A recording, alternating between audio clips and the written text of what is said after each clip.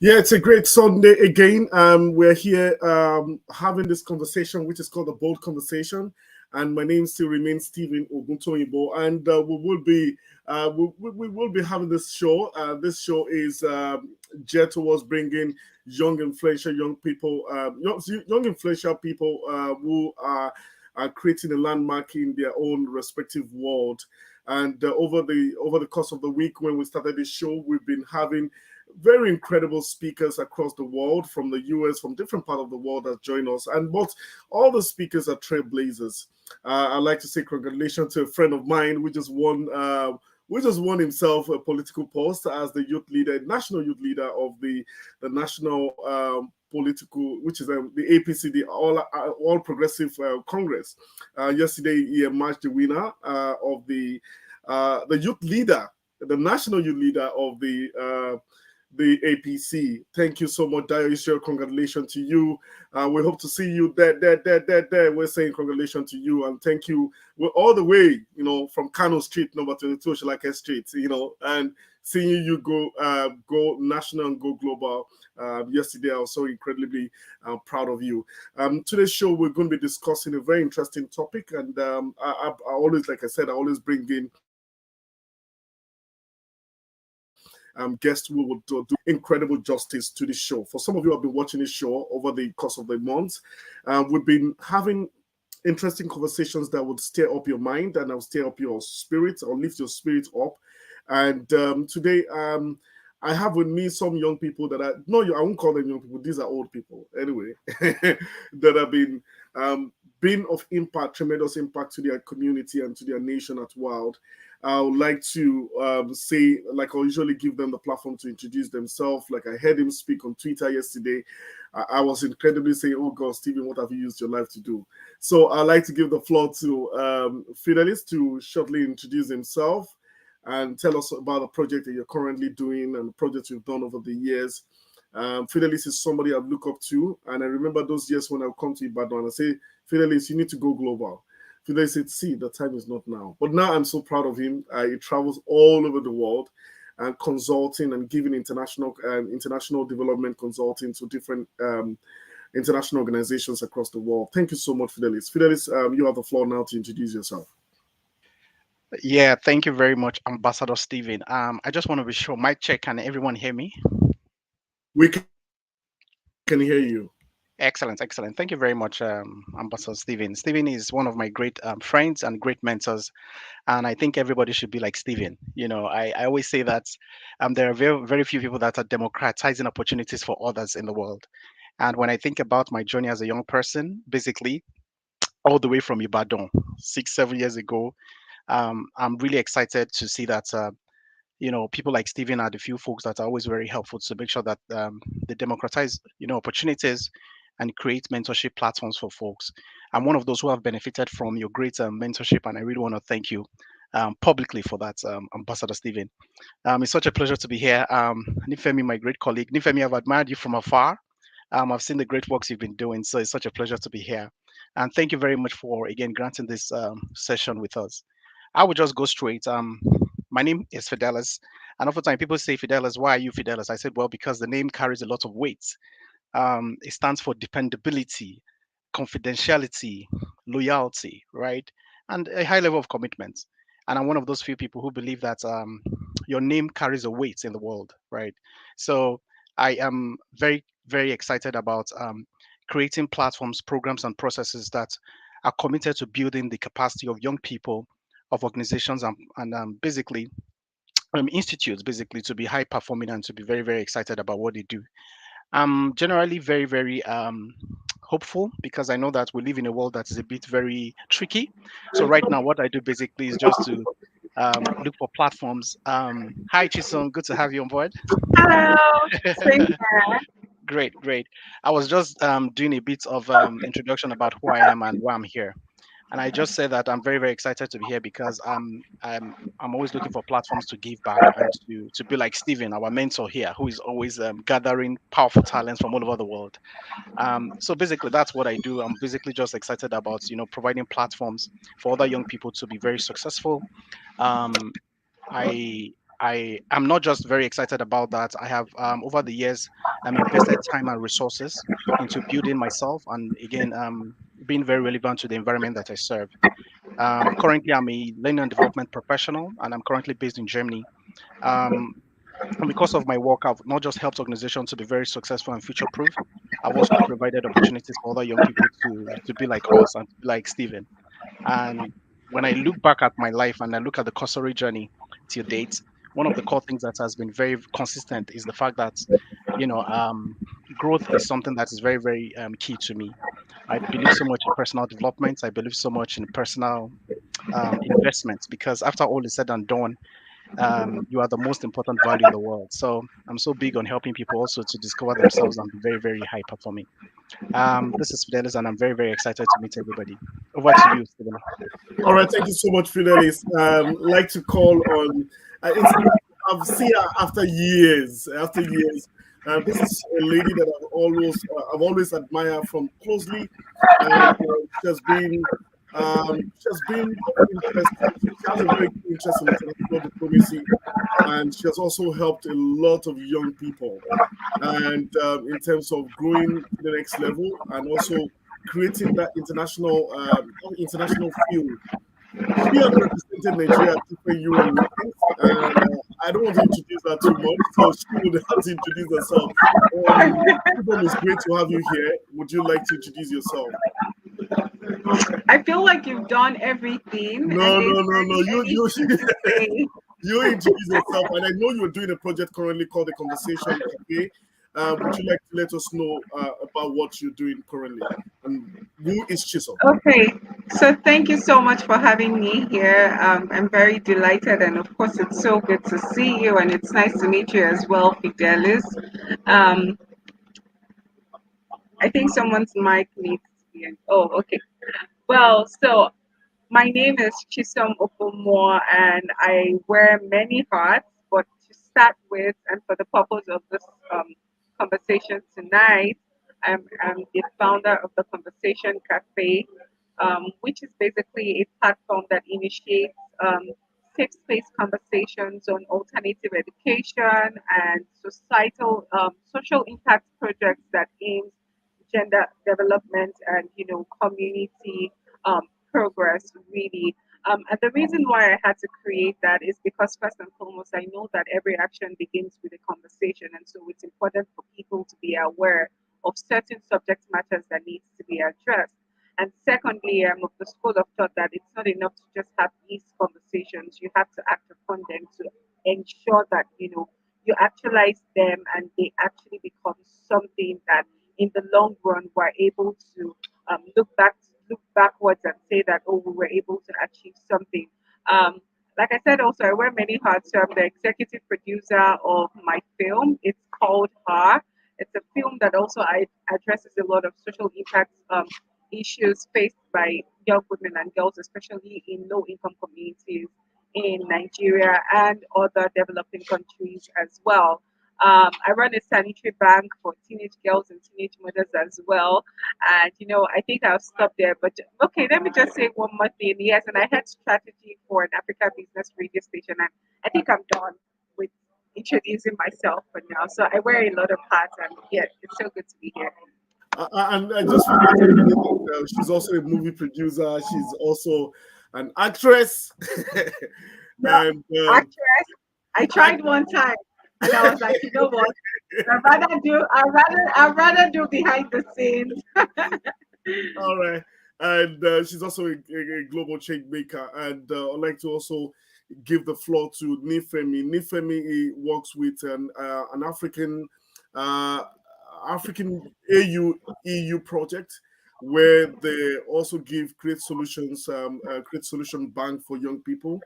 It's a partnership project between the African Union and the European Union project, and which I was also I serve on the media board for that project some few years back. So Nifem is currently the country director of that project. So I would like to give the floor to Nifem to introduce himself and tell us what the project is all about.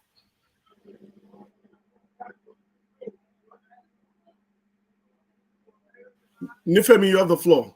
Can you unmute yourself?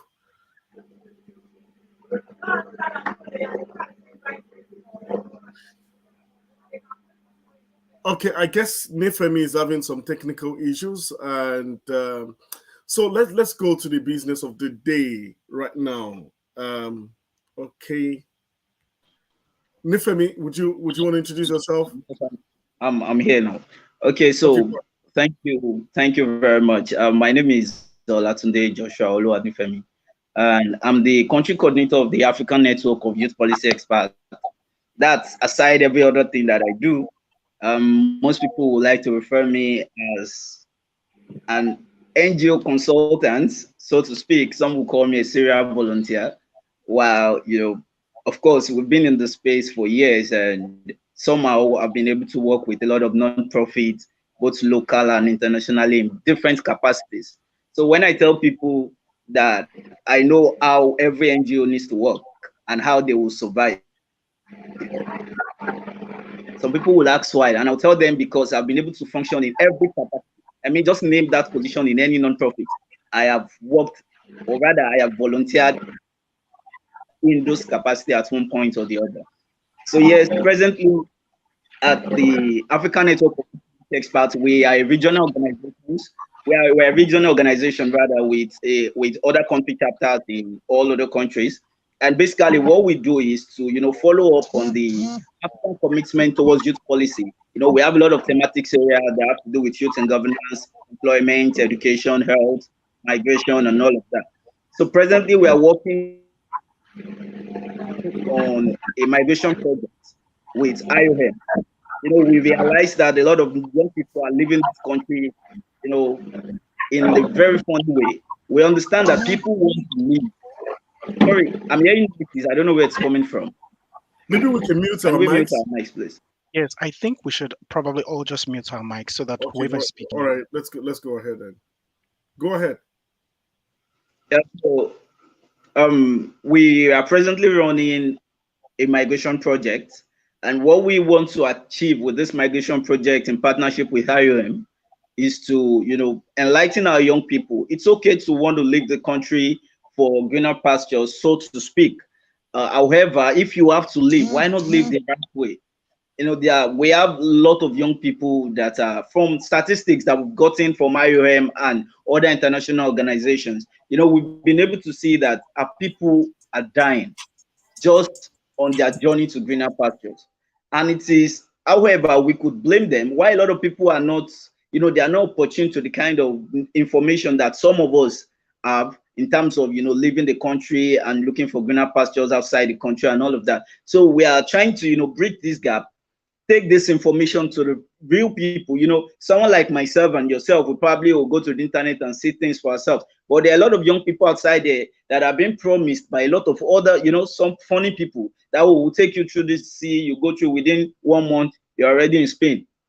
And they are feeling like, oh, 1 month for a lifetime in Spain, man, I'll take this risk. But there is more to it that they've not been saying. So we want to take this information to these people, and so that we can save our youths. At the same time, keep our people, engage them, and let them make informed decision. Even if they have to leave, let them leave with good information. Kende, I see you. Thank you, brother. Thank you for joining us. Thank you very much, Stephen. We go into the business of today, and I'm going to start with ladies first. So I'm going to start with Chisholm. Seeing a trend of what is going on in Africa right now, and one will ask a question. Like I was on a show, I was on a Twitter space yesterday where Fidelis was speaking, and a question came out that, do you think there's a need for a youth force? People like you who came out, and I don't know what steer you to come up with a lot of things that you've done in a non-profit space over the years. Do you still think we still need to raise, because a lot of young people today, I see NGOs everywhere. I see NGOs spring up everywhere. Young people wants to be the CEO of one initiative or the other. How do we validate young people coming out today and say, I am going to the non-profit space? What exactly motivated you to be involved in a non-profit space and also working as a youth ambassador, as a young ambassador with the UN. You observed, you've been at the different UN's special session meetings over the years. What exactly motivates you, and what is one advice you give to young people who are springing up, calling themselves social entrepreneurs, calling themselves NGO leaders? What exactly is your story with Chisholm going into the space of nonprofit sector? First and foremost, guys, like Stephen asked me 10 questions in one. So he asked me like 10 questions. So I'll try as much as possible to dissect each and every one of them. But if I don't, I mean, you can call my attention to anyone that I missed. Um, if I recall vividly, the first thing that you asked was centered around my thoughts about if I think there needs to be like a youth force right now. Um, and I would say that there is already a youth force. However, um, with anything that is going to be as big, as structured, and as sustainable as possible, there needs to be structure put in place, and there needs to be consistency of the structure put in place for sustainability to take place. It's not enough generally, and I'm answering this on behalf of the rest of the other questions that you've asked me. Please let me know if you can hear me because it sort of feels like every other person is frozen. Can you hear me? Okay, fantastic. Okay, so as I was saying, generally, it's very important that people go beyond their passion, right, to ensure that they are in what they are doing for. People go beyond their passion to ensure that they are in what they are doing for the business of it. And when I mean the business or the industry of it, and when I mean the business of it, I'm not saying in terms of making profits out of it, but I'm saying that they are treating it adequately. They are showing up every other day for it. They are treating it in the way that you will want to look back and you'd want to be able to measure growth. You want to be able to measure impact. You'd want to be able to state analysis from from scratch to where you currently are at. And so generally, I sense and I see that speaking for like what is going on right now in Nigeria, because actually Africa is a lot and there's so many things happening in like the different parts of in the different African countries. So you can't even measure one African country to the other country or use Africa as a whole as a unit of a whole analysis. But what I see generally is that there are already bodies, there are already youth forces. I mean, you mentioned the African Union. There's a whole lot of other things. There's ECOSOC. There are local organizations. There are international organizations. There are individual organizations. There are influencers. People are becoming actors in their capacities.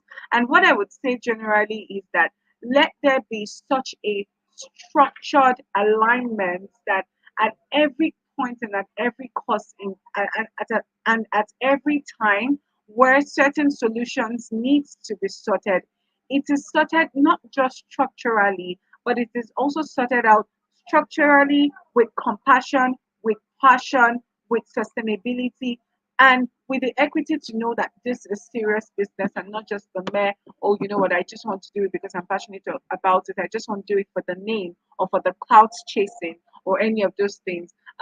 What has motivated me to be this person?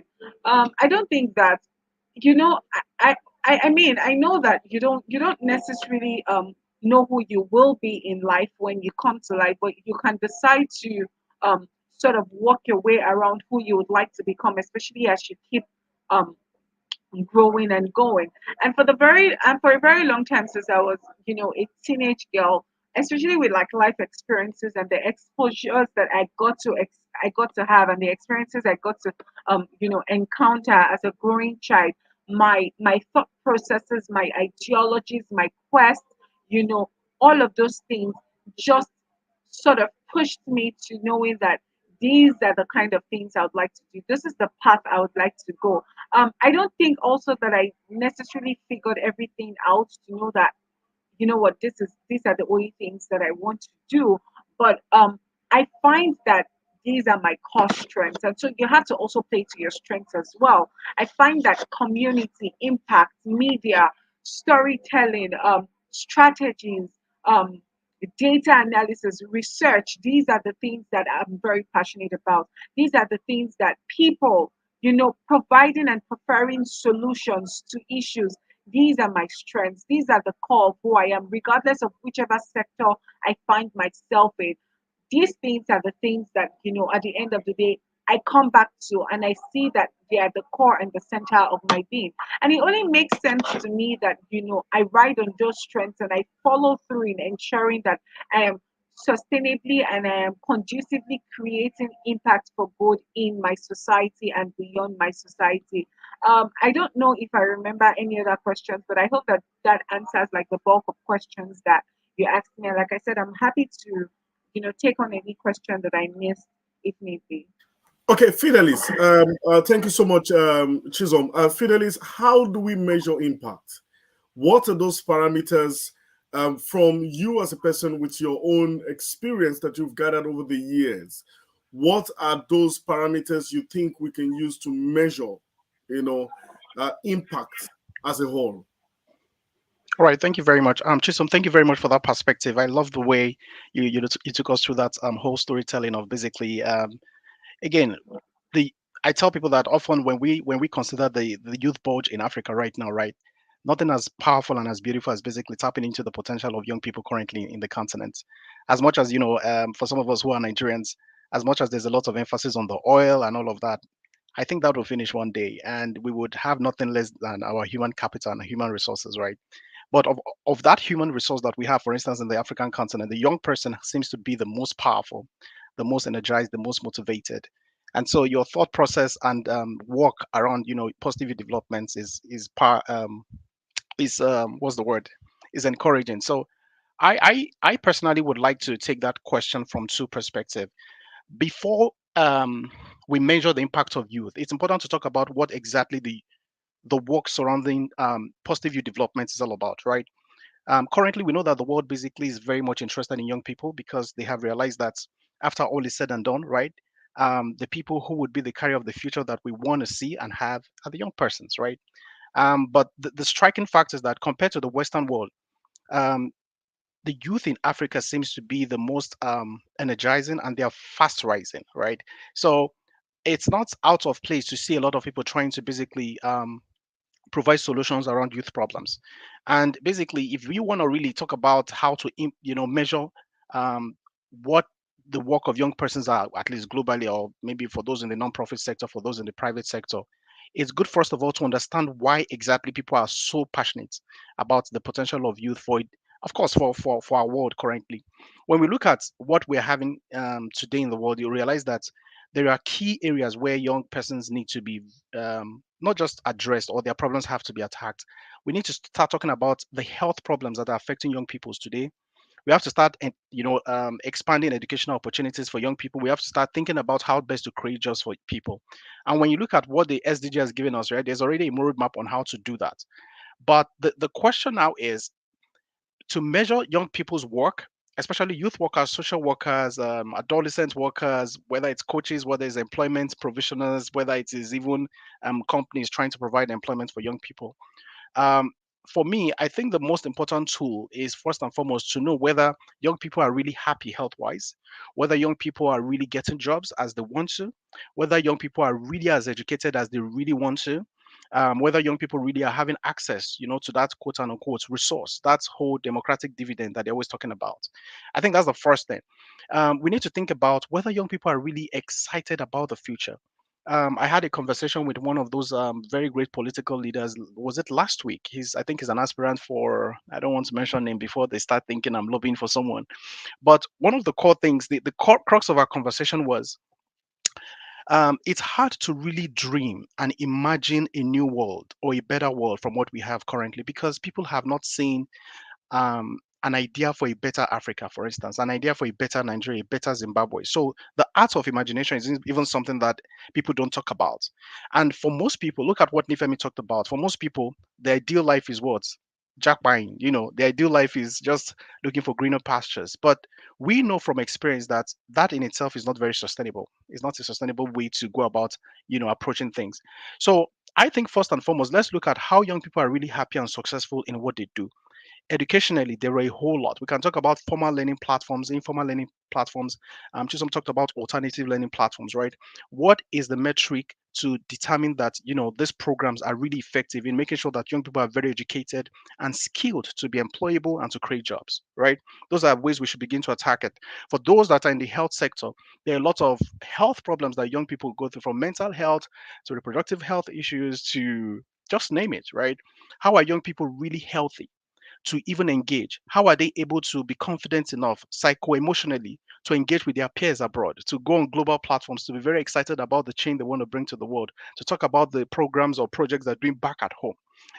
That's how we should begin to think about this. For those working in things around, let's say, gender equity, how are young people being mobilized to create a world that is very, very equal, a world that is gender free, quote and unquote? So I think the best way for me, and I know there are all professional tools to measure impact and all of that, but I think the highest way to know if our projects and programs are initiatives are really successful is to determine whether or not young people are getting more jobs, especially based on what we have in the continent. If young people are really educated to be very successful, if young people are really healthy. I think those three paradigms are three ways I would like to see it broadly. Thank you so much. I'd like to take this question to Nifemi. I once heard somebody spoke about, oh, government should, instead of government creating more schools, I think one of those things they should do is to create more jobs. How do we evaluate this? Oh, there's hunger in the land. It's not for them to build school. It's for them to create job for those people who are existing. You know, and for me as a person, I think education is a very, very, it plays a pivotal role in nation building. And you see from our context from Nigeria, schools are on strike right now. Tertiary institution teachers are not being paid. So, what are your strong recommendations? We're going to a very deciding stage of we're choosing who our right leaders are going to be in coming months. What are your recommendations for the government themselves, for the policymakers themselves? What are your strong recommendations on the area of education? Okay, so thank you very much. The first thing you said was, oh, people said they should create more jobs instead of schools.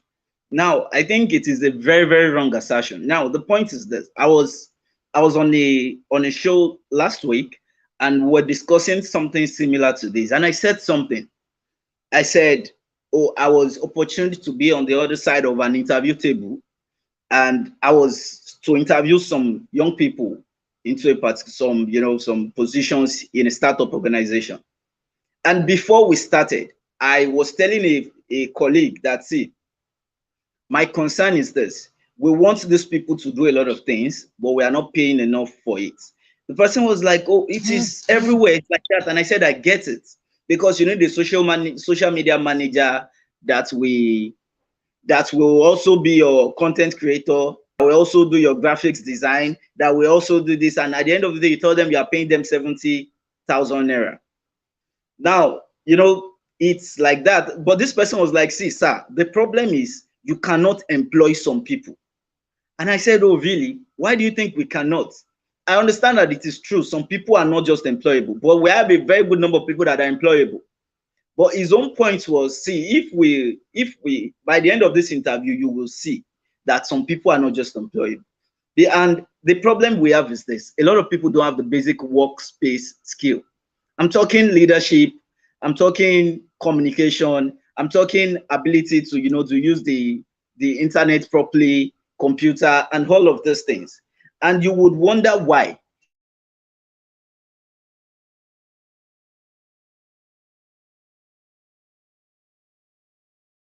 I guess we're having technical issues with Nifemi. Let's hope we get it back on the show. Hold your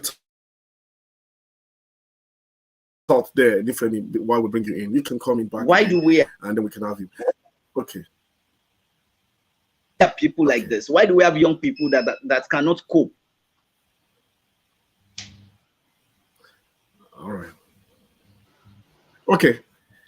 Um. Um, sorry, I had to quickly fix Okay. something. Go ahead. Just go ahead. Okay, good. So I was wondering, why do we have young people that cannot do a lot of are those people that will function in this capacity is the first question. And another thing is we have a lot of people that can function, but then we have also a very good number of people that cannot function. I told somebody to put off the computer. This person switched it off straight from the socket. I was so pissed. Now, this is somebody, it was just a basic, you know,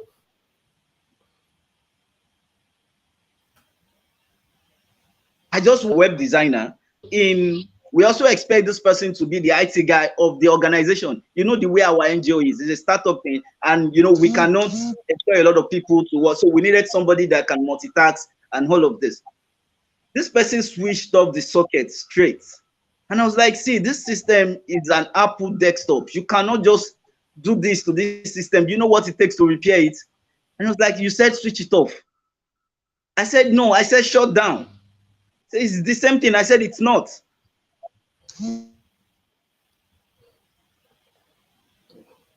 Okay. Okay. While we have Nifemi coming back, I'd like to ask a question As from. much as we want, as much as we Okay. want young people to work. As much as we want young people to work, we also need to understand that we need to upgrade our skills as young people. Our you know the work environment is very very congested. A Nifemi, lot of hold your people. Nifemi, hold your thought. Nifemi, are you there? Yeah, I'm with you. Okay, hold your thought there. Let me go to Ambassador Chisholm.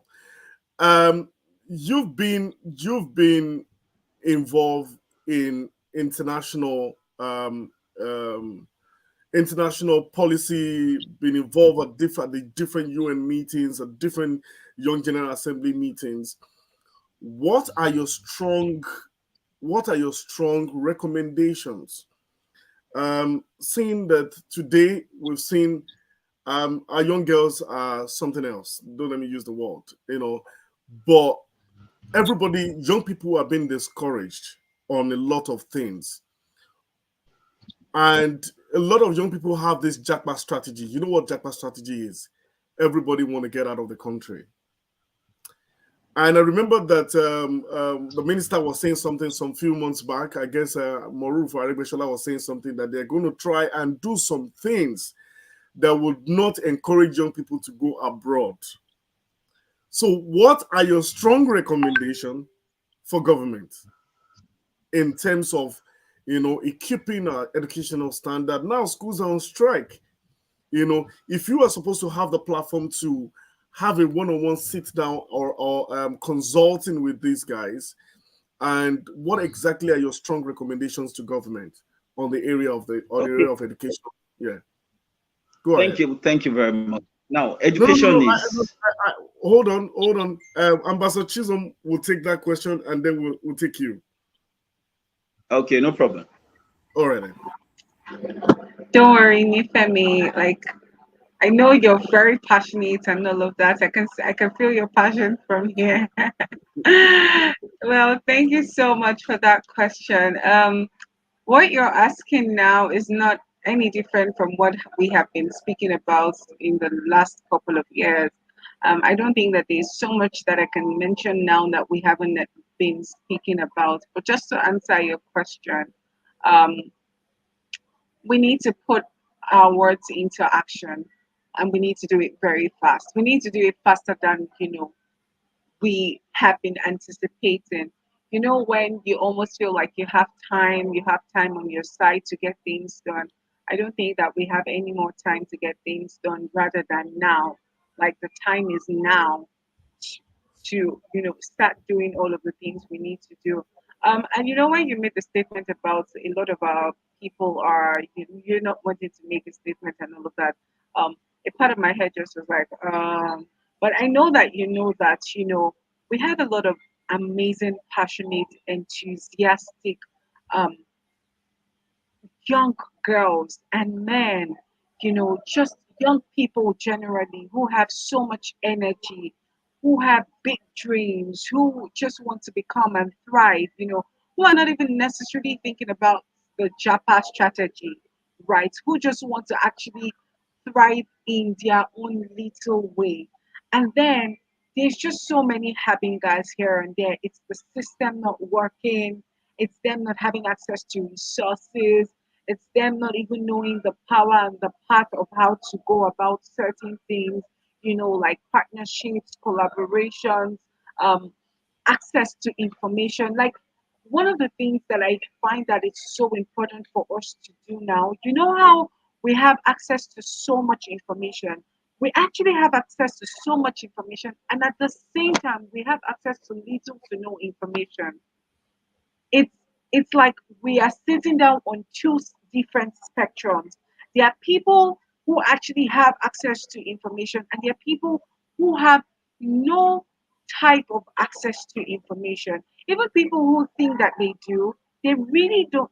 They really don't even have access to the actual information because everything passes out as information now. Everything passes out as what to take in. We're quick to take in anything that comes our way. So we don't even know what is true and what is not true. The news, the information, the media, all of these things are not necessarily like how it was before. I mean, the reason why we have grown in um, communication and information and all of those things is also just so that you're able to have access to these things quicker, faster, and more accessible. But then there are actually a lot of cons attached to what is going on right now. And so I would say that we need to act fast and we need to act quick in different capacities. Bearing in mind that while you also mentioned the government, I would also like to say that the government is one major actor and then there are so many major actors as well, including you. So you as a person, you as a citizen, you as someone who wants to strive and become more. I'm one of those people who I can categorically tell you that everything that I have literally done, from sitting down in the UN meetings to the General Assembly and all of those things, didn't just come and fall on my laps and on my thighs and were just like, hey, like go for it. Yes, like I was being called to have access to these things, but not because like I was the prettiest girl in the room or because any of those things, but because I actually stood up to play a pivotal role in ensuring that I am in those rooms where those decisions are being made and my voice is also counted in these conversations that are happening. And so I would say to the government that partner, be open minded. Like there's so many things, and the thing that annoys me, I don't know if the word is annoyed, but the thing that blows my mind consistently is that a lot of times also people who are working close and within the government also know the things that are pivotal to our growth right now, know the things that are needed to us actualizing our goals as young people and generally speaking as a nation. And I just think that there is such a breach, there's such a gap that we need a bridge that would be able to connect us in both, like in two dimensions. We're able to understand and meet them and they're able to understand and meet us, because one of the things I've also learned about us as young people is and are that we we oftentimes assume that everything needs to come to our own side of the table, and we forget that they also, like, we also have to come and meet them somehow somewhat, because they are humans, they are part of the nation, they also have aims, objectives beyond even like the bad things that are happening, but they also have like perspectives as to how the nation needs to be run, and their points are valid. In some of their points are actually valid. So I would say that there needs to be like a synergy that would actually ensure that everything is adequately put in place and structured. And of course, it's not going to be like a quick fix. It's not that, oh, when it's time for elections, that's when automatically we want to do a quick fix and then in the next 6 months, it's business as usual. No, no, no, no, no, no, no. That's not what I'm talking about. I am saying that we need to act fast, we need to act now, and we need to act fast and now, but sustainably.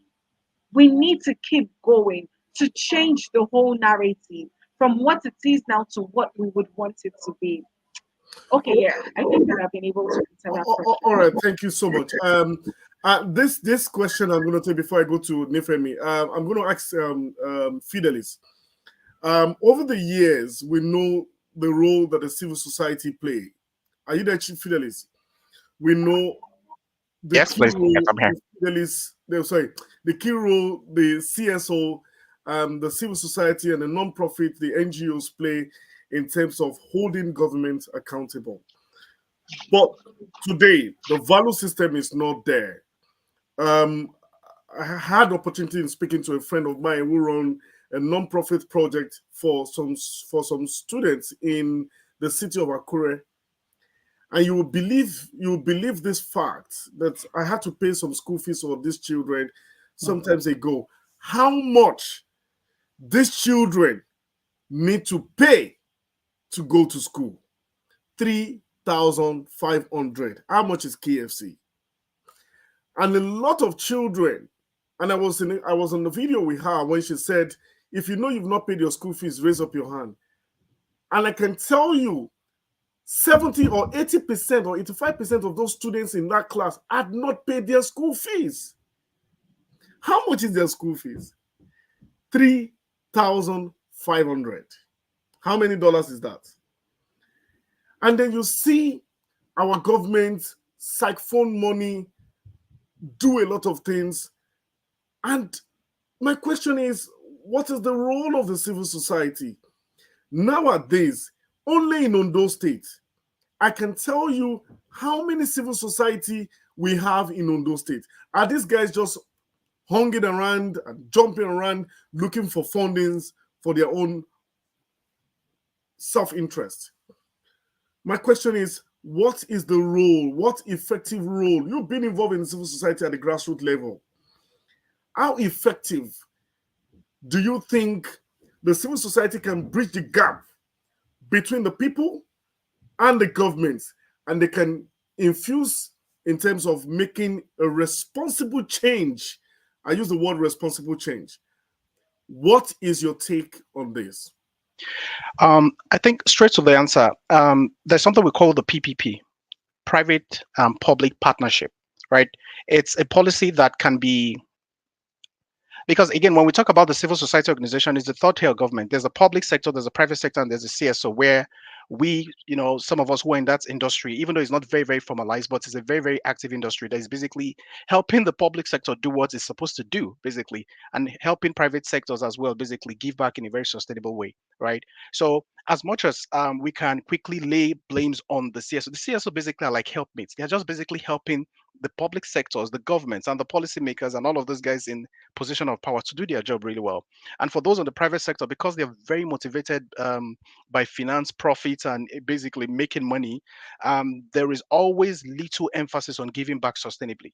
So when we talk about civil society organizations, these are a group of organizations which are basically mobilized and mobilizing resources both from the public sector, from the private sector, and even from within, right, to see how they can also make the world a better place and the society a more sustainable place for folks, right? So I would say that as much as and again we can go into the technicality of what it means to be a part and parcel of civil society organizations within the African landscape or outside, but I want to quickly admit that the civil society organization is a great sector that is thriving right now. It's a great one because from international development to community mobilizing to non-profits in local governments, in local communities, you can see all of these guys doing a lot just to make their own sets of contributions and basically give back. But I, I'll be very honest about this. If we do not have a private public partnership, it may be difficult to really harness that holistic development and give back in a very sustainable way. There's the role of the governments to consistently make sure that policies, right, are made that not just again policies that are not just exclusive of a particular group, but all inclusive policies that provide not just the economic resources for folks, but also provides an opportunity for people to be very successful. That's why you have the executive, the legislative and the judiciary, right? They are all there to make sure that everything that has to do with organizing resources and delivering on those resources for the people is done in a very effective and sustainable way. The private sector are business people. This guy is basically in the business of harnessing the society, harnessing the resources that we have in the community, in the society, to not just provide jobs, resources, but also to make money, right? And so they have a role to play. Our job as social impact leaders, non-profit leaders, or civil society organization professionals, our job basically is to be like a midwife who is trying basically to birth the visions, the aspirations of the public sector, connect it with the private sector and deliver it to these folks. We are not the real guys that should be doing this job. We are like the makeshift plan. We are only here because these two guys have failed, right? So when I hear questions around, we should be proactive about this. Yes, we should.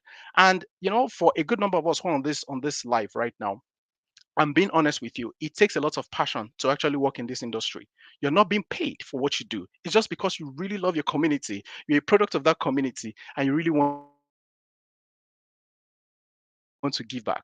There is no remuneration. It's not like the private sector is giving you money for what you're doing. It's not like the public sector they are saying, well done, oh, well done, oh, we'll give you one envelope, one brown envelope for the good jobs you're doing. Some people get to have these things, which is good for them, but there is no sustainable pathway to make that happen, right? So I feel like um, if we really want to be practical, we have to make sure everybody's on the table to make sure that we're having a holistic policy, a holistic platform, a holistic strategy to solve this problem. That's the first.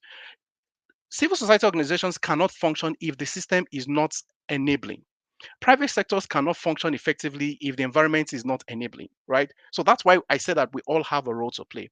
But if you ask me as a nonprofit professional, what am I doing basically to contribute and to make the world a better place, to create more sustainable platforms for young people, to create health systems that are not just, safe spaces for young people, but also I would say that I have my personal initiative. I've gone ahead to, found a small project or a nonprofit that does projects. I'm an empower young persons and positive development programming, right? Chisholm has projects he's doing. Nifemi has projects he's doing, right? But we are working in silos. Do you understand? Our impact can only be limited. We need to come together as a coalition to make this happen. There are indeed within the nonprofit sector organizations that are doing that. For instance, the Not Too Young to Run group, right? That's a great movement that basically has not just improved how we engage governance, but it's also increased, the participation of young persons in governance. There are also social impact initiatives like budgets, right? That are also basically trying to monitor how the public sector or the public office or the government is basically spending and trying to create um, more emphasis on accountability and transparency. So there are many initiatives that are in silos, right? And they're doing well. But you see, there's something we call arithmetic growth and geometric growth. Arithmetic is 1, 2, 4, 6, 8. Geometric is 1, 2, 4. 4 times 4 is 16, 16 times 16. Do you understand? We can only achieve that kind of astronomical growth, development, and sustainability when we come together, when the private sector is in partnership with the civil society organizations or sector, and of course, is in partnership, of course, with the public sector. So when all of this is working hands in hand, then it looks like we are closer to it. So, in one word, I think that we should begin to look for more of collaborations across sectors than working in silos. All right, thank you so much. Collaboration is the word, and collaboration is key as far as I'm concerned.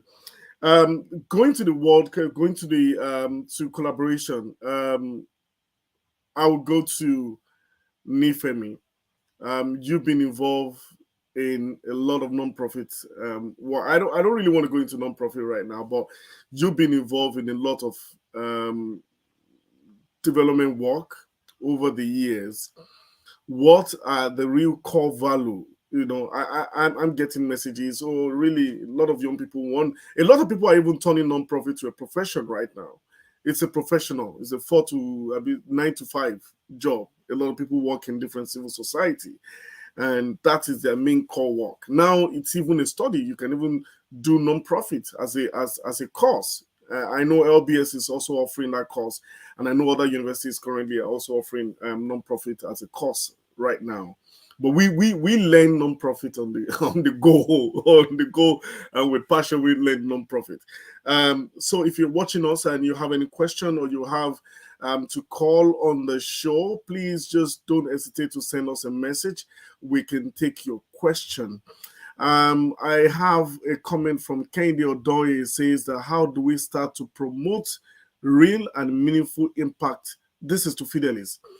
Impact scalable by NGOs, and also change the narrative about NGOs establishment as a next move by individual when impact comes to mind.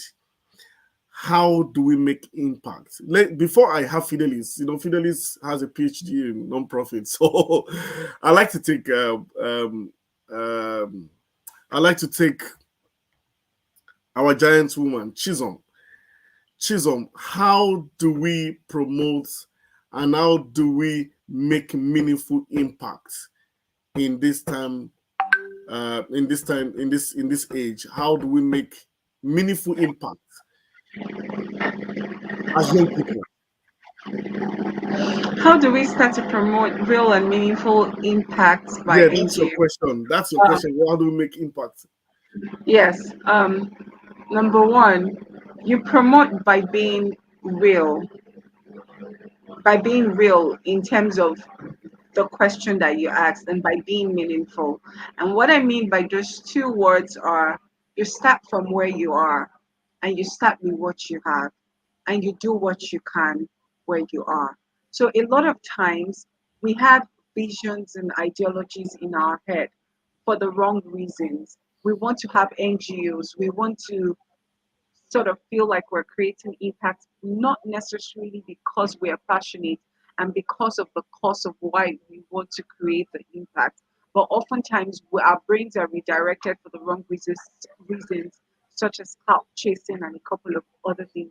So start with the real thing by what is happening in your environment, what is happening in your locality, how can you be a part of it, where are your strengths? What are you doing? How are you contributing? How are you measuring impact?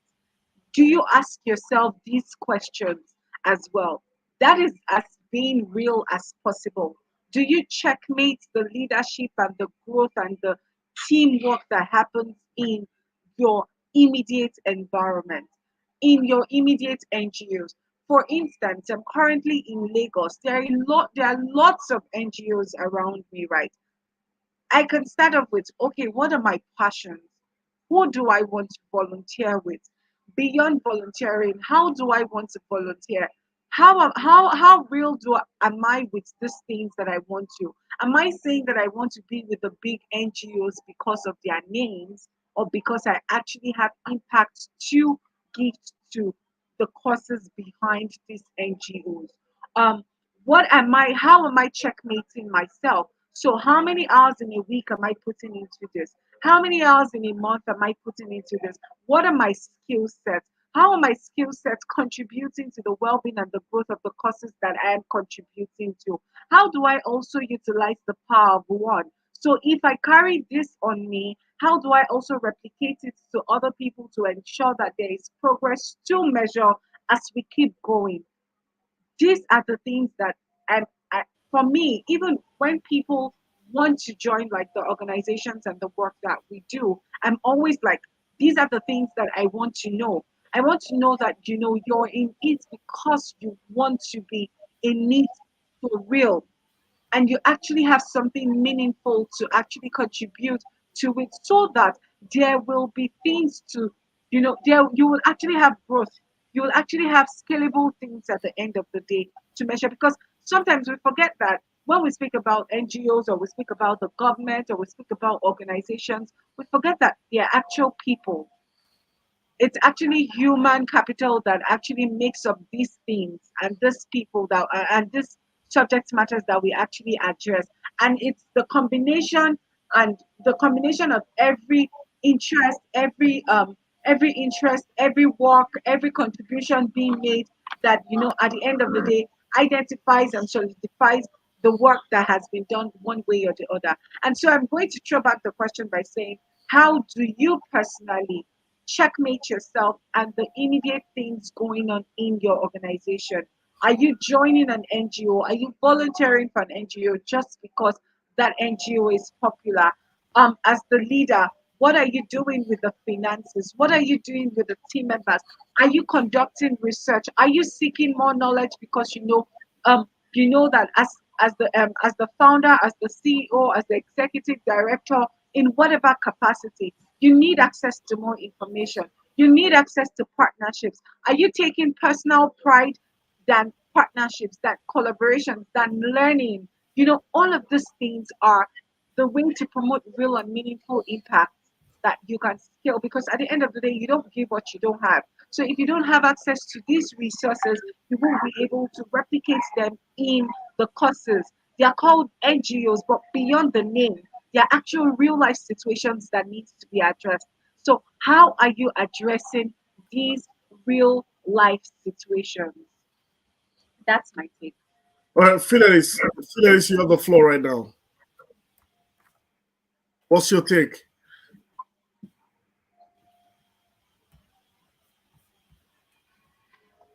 Fidelis, are you there? Hello, Fidelis. Sorry, can you come again with the question? Sorry, I went to So get. I wanted to take the question that was sent to you by Kane Dodoye. Can you take the question? Yeah, that's what we want you to do. Yes, yes, I'm here. I'm here. Um, Go ahead. Go ahead. um,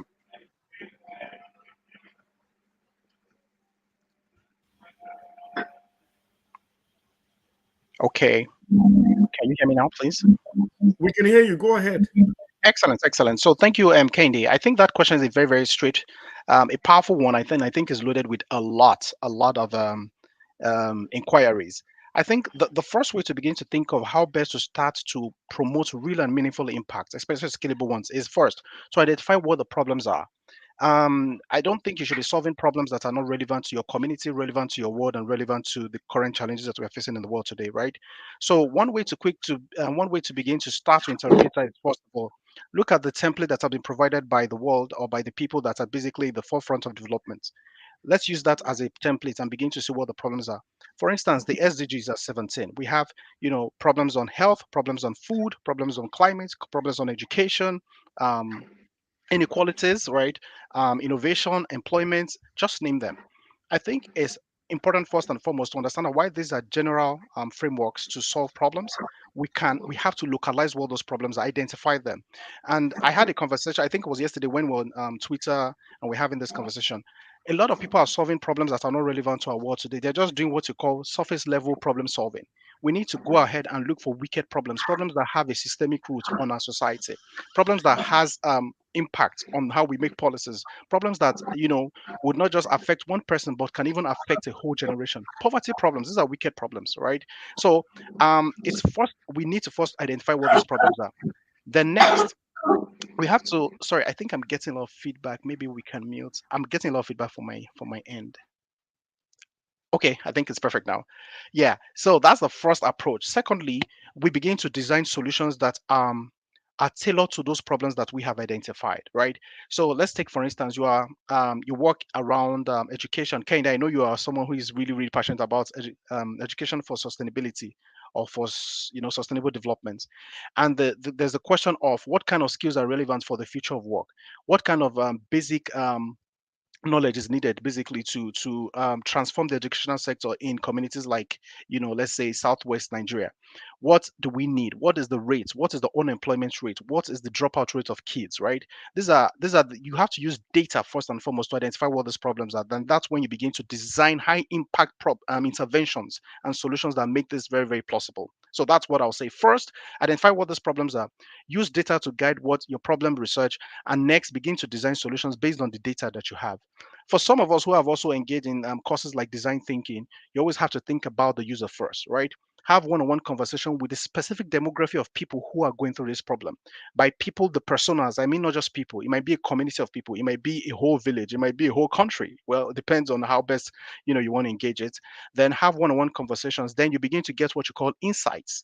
And when you have insights, you can use that to design highly relevant impact and programs that are not just solving the problem, but programs that can be scalable, right? Because the moment you can solve for a community and that same problem surfaces another community, you can just pick that solution and use it to solve another problem in the same problem rather in another community.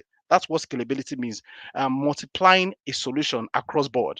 Okay, but to do this very effectively, non non-profit organizations or non-governmental organizations must not just position themselves as charity organizations who are always receiving. Because the worry with that is when you position yourself as a charity organization, you would receive, and you will give, but there might be no sustainability to that. My proposal is non-profit organizations must begin to look for business models to design programs that helps to solve this problem on a very, very sustainable way. I think that development is a very important work and it is great business. And if people design real solutions that really solve people's problems, resources will come, money will come, all of those things will come, right?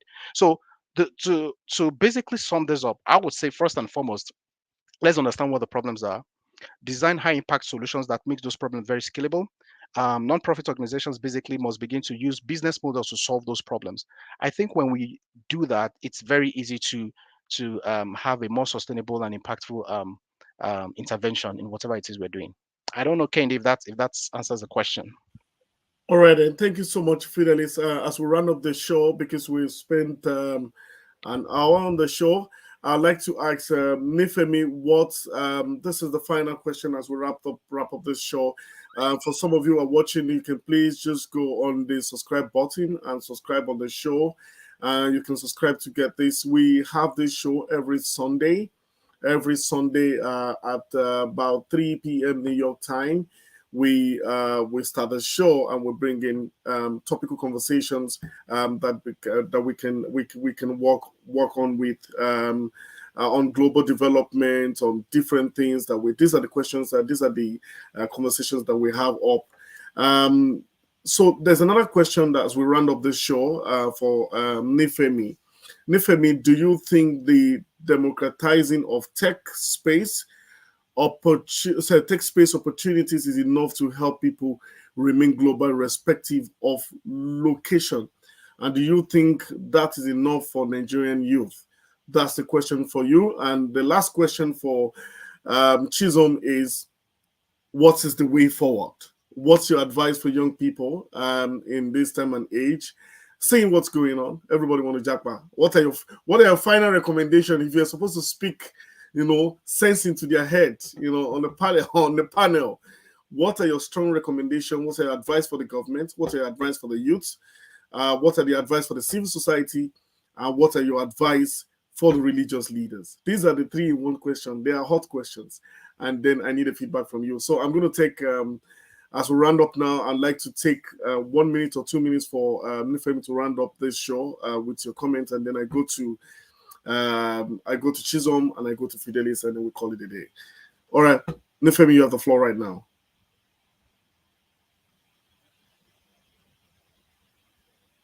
Nifemi, can you unmute yourself? Okay, if we can't get Nifemi, yeah, thank you very much. Talking about, like, everyone have said a lot, quite a lot of things, interesting ones.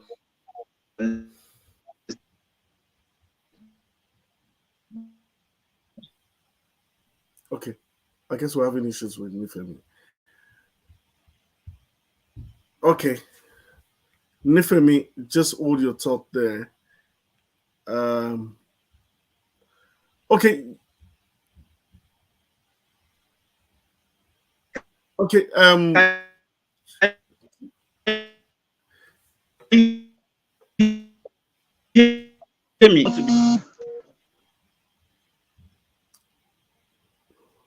We can hear you. Nifemi, maybe you can go out and come back in. Okay then. Chisholm, you have the floor. Okay, so I'm going to borrow this quote by one of my friends, Steve Harris. He usually says this thing, it's not what you don't have that limits you, but what you have and don't know how to use that does.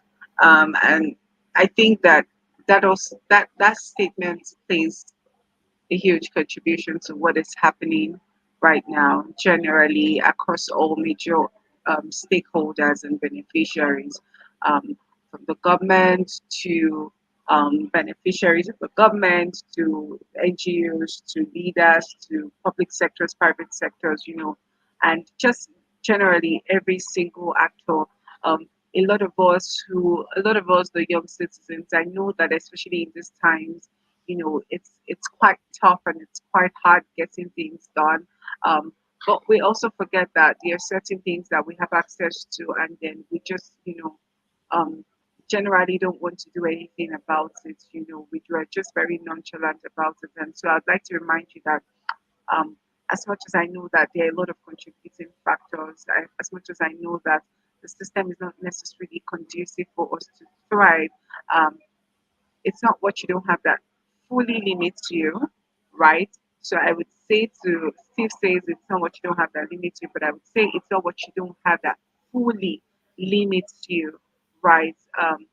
Because you can do a few things with the little that you have.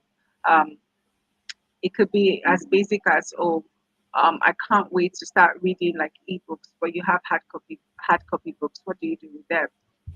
Like, don't always create an excuse.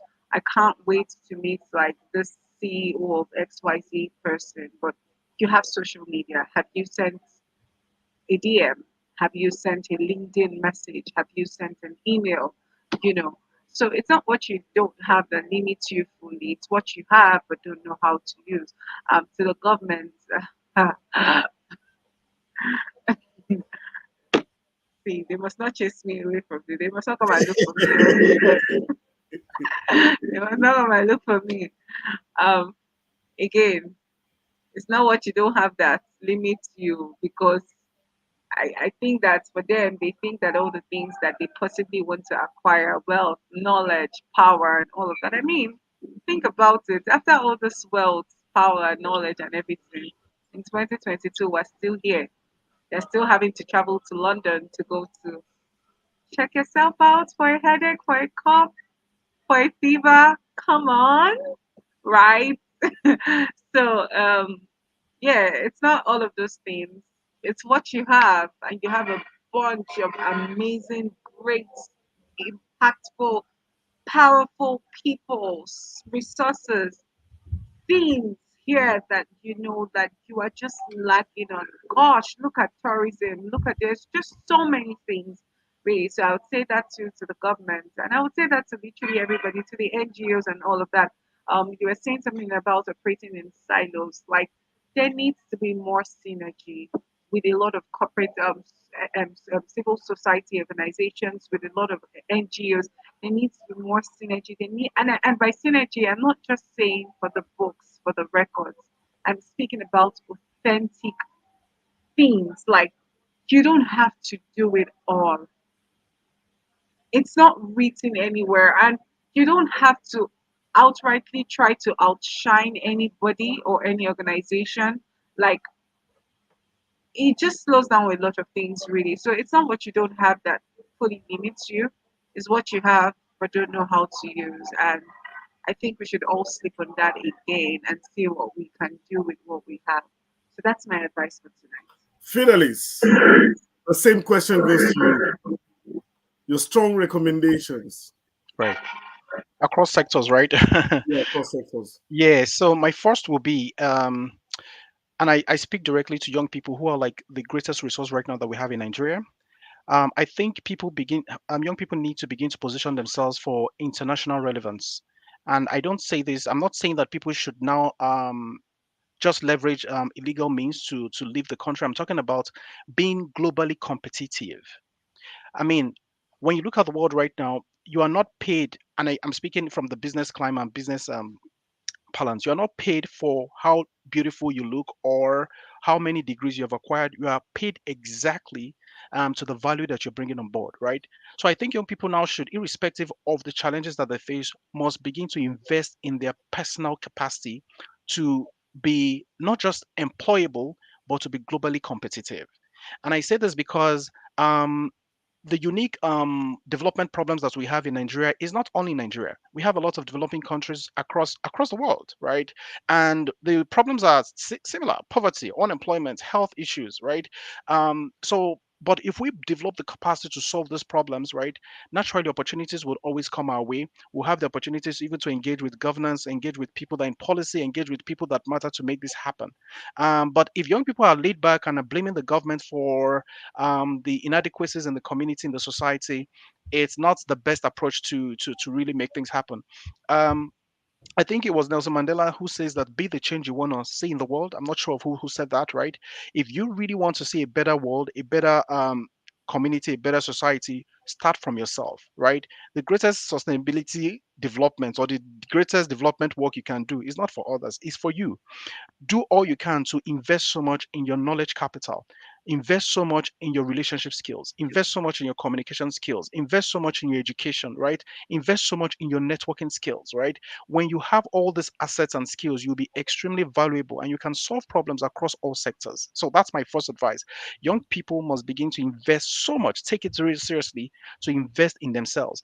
And I don't mean developing, right? Developing is good, but you have to invest. What that means is that take the time to be creative about gaining the relevant skills, requirements, assets that are needed for you to be globally competitive.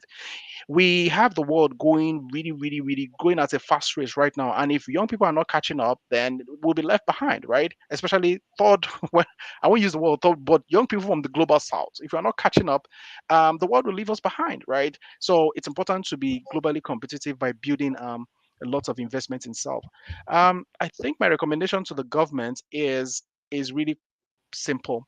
The government must not just organize opportunities for young people to be successful, but they must create the platform for businesses, for entrepreneurs, for young people to have a voice to speak up, right? Because truth is, tables turn, right? And when they leave, who are those who take over? It is the same young people that will take over governance when the time is up. We just need to give ourselves 50 years from now. Everybody that is young will become old, and at some point, those that are currently in governance will be dead, you know. But the question is, what legacy are they leaving for those that are coming? All the money they are chopping, all the resources they are chopping, and all of that. I mean, we know that these things can't follow you to the grave, right? So there has to be platforms that are created for young people to not just be ethical, but to be competitive and competent to lead in the future. And of course, non-profit leaders, my advice would be to continue to do what you do because what they're doing is very commendable. Um, People are free to build career out of the impact they're making in the world, but it's also important to look for ways to collaborate with all aspects of the sector from the what I call multi-sectoral approach to solving problems, right? It's good to partner with the government, it's good to partner with private sector to have multiple and a ripple effect on the impact programs they are developing. So I guess that would be my set of recommendations All right. for All this. right, Yeah. thank you so much. Thank you so much, Fidelis. Thank you so much, Nifemi, and thank you so much, Chizom. I'd like to say thank you, Chizom, for joining this show. Would like to say thank you. For some of you who are watching us from any part of the world, we'd like to say thank you, up Chizom, thank you, Fidelis, and thank you, Nifemi, for also joining this very great impactful session. We would be leaving now, and we end with this quote: "Not everything that is faced can be changed, but nothing can be changed until it is faced." I'd like to say thank you so much. See you the same time, same channel on Alarinka channel. Please subscribe on the channel. We'd like to see you next week Sunday as we bring in more gang. More change gang join us on the show. I'd like to say thank you so much. And I always round up with this quote: "Together we aspire, together we achieve, together we make great things happen.